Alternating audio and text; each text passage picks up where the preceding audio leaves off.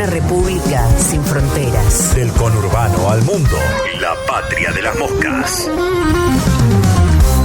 Vamos a charlar con Ariadna Gallo ahora, que es doctora en ciencia política e investigadora del CONICET, que viene trabajando justamente esto, ¿no? Los procesos de los partidos políticos y las elecciones en distintos lugares de América Latina y cómo se va corriendo el voto y cómo van permeándose los discursos y los mensajes a los distintos estratos sociales para el aporte, más allá de quién ganó o quién perdió, ¿no? Esta elección, este corrimiento que hay también de un montón de gente que ahora los canales nacionales están en la calle preguntando y nadie quiere contestar sobre la elección. La gente, mucha no fue a votar y otra que sí lo hizo, no se quiere expresar. Yo hablé al principio del programa de un voto miedo.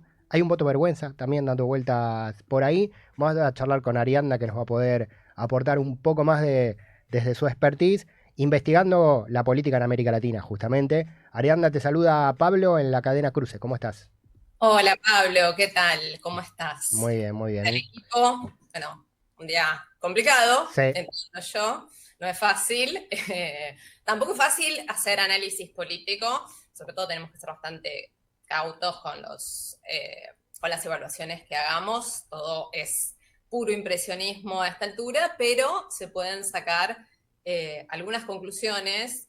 Lo que dijiste recién yo creo que es una de las claves, el tema del voto vergonzante, que es ese voto que no es fácil de captar por las encuestas, por eso además también fallan, que en general va hacia opciones muchas veces resueltas en el último momento, en los últimos 2 días, con lo cual también es difícil de ir traqueando.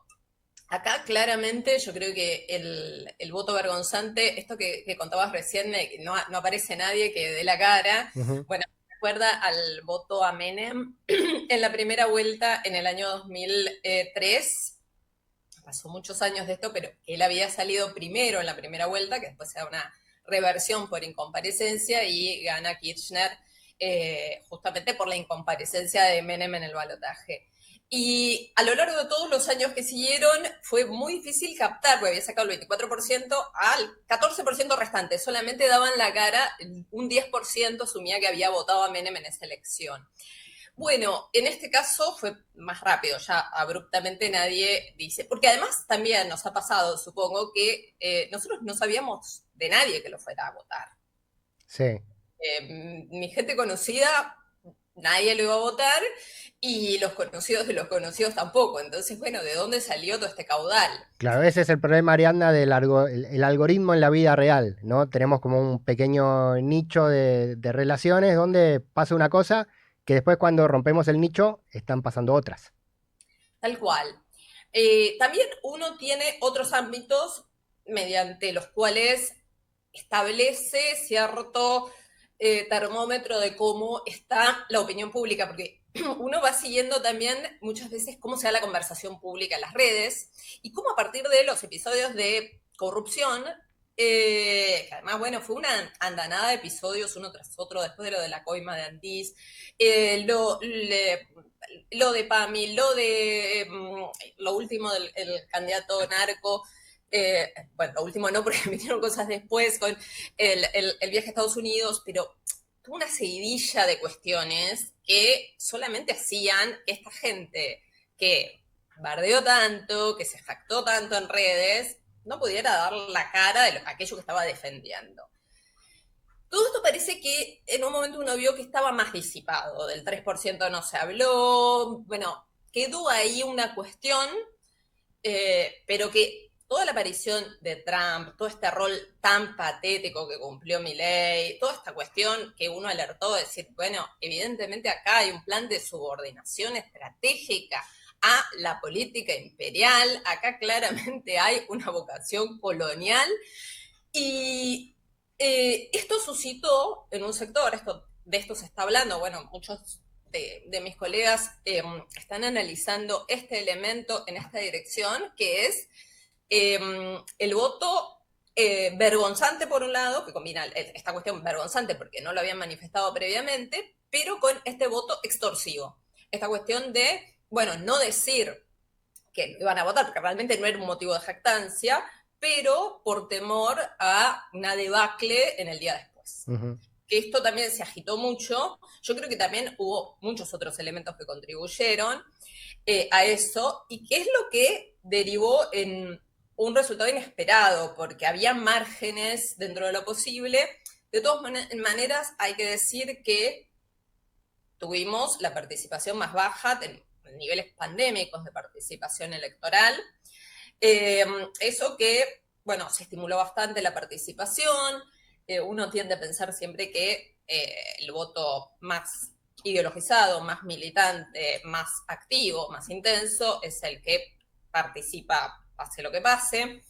Esto es parte de una tendencia que ya se viene viendo, que en elecciones provinciales suele ser más pronunciada, por lo menos lo ha sido en este proceso, no necesariamente lo es, con excepciones obviamente, pero uno, si se pone a ver en el total, Milei pierde muchos votos desde el balotaje a esta instancia en la cual en ese momento hubo una alianza, bueno, explícita con el PRO, pero no formal, porque las alianzas habían sido formalizadas para las PASO. Claro, 56 en el balotaje, 40 y un poquito más en el día de ayer.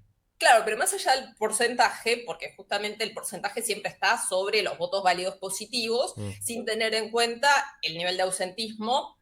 Acá él pierde casi un tercio, de 14 millones y medio a 9.300.000. Con lo cual es una señal para tener en cuenta, entendiendo que también estaba el PRO adentro, que los votantes del PRO en su mayoría fueron automáticamente a estas listas. De todos modos, es mucho más de lo que uno podría esperar en las circunstancias en las que nos encontramos, en las cuales todas las variables son negativas para el pueblo trabajador. Con lo cual es bastante preocupante, pero si tomamos elecciones legislativas de medio término, en realidad él saca más que en términos del conjunto, que lo que sacó, digamos, sobre los habilitados, que lo que sacó el Frente de Todos en 2021 y lo que sacó el Frente para la Victoria en 2013. En el resto de los casos de elecciones de medio término, saca menos que Macri en 2017, menos que el kirchnerismo en 2005, incluso menos que el kirchnerismo en 2009. Con lo cual hay que matizar todo esto. Bien. Está haciendo el análisis acá en Cruce Ariadna Gallo, que es doctora en ciencia política, investigadora del CONICET. Galo el apellido. Galo, bien, lo decimos bien. Ariadna Galo. Bueno, con expertise en esto, ¿no? En los comportamientos de los partidos políticos, los escenarios electorales. La derecha versus la democracia se puede plantear así. Digo, el avance de estas ultraderechas en el continente y en el mundo contra la democracia, contra los valores de la democracia. Bueno, exacto. A ver, yo creo que tal vez sería un poco simplificado plantearlo en esos términos. Sí que el avance de la derecha implica una amenaza, esto es claro. No solo a los valores más arraigados relacionados con cuestiones que afectan a la vida cotidiana del trabajador, del jubilado, del más postergado, sino también a los procedimientos de una democracia formal. Porque ya vemos que es un presidente que ahora, bueno, no va a tener la excusa porque va a tener mayoría, no va a tener quórum propio, pero con aliados va a tener mayor facilidad para que se aprueben las leyes, pero recordemos que se acaban de promulgar 3 leyes vitales que el gobierno deliberadamente decidió no aplicar, lo cual es completamente constitucional.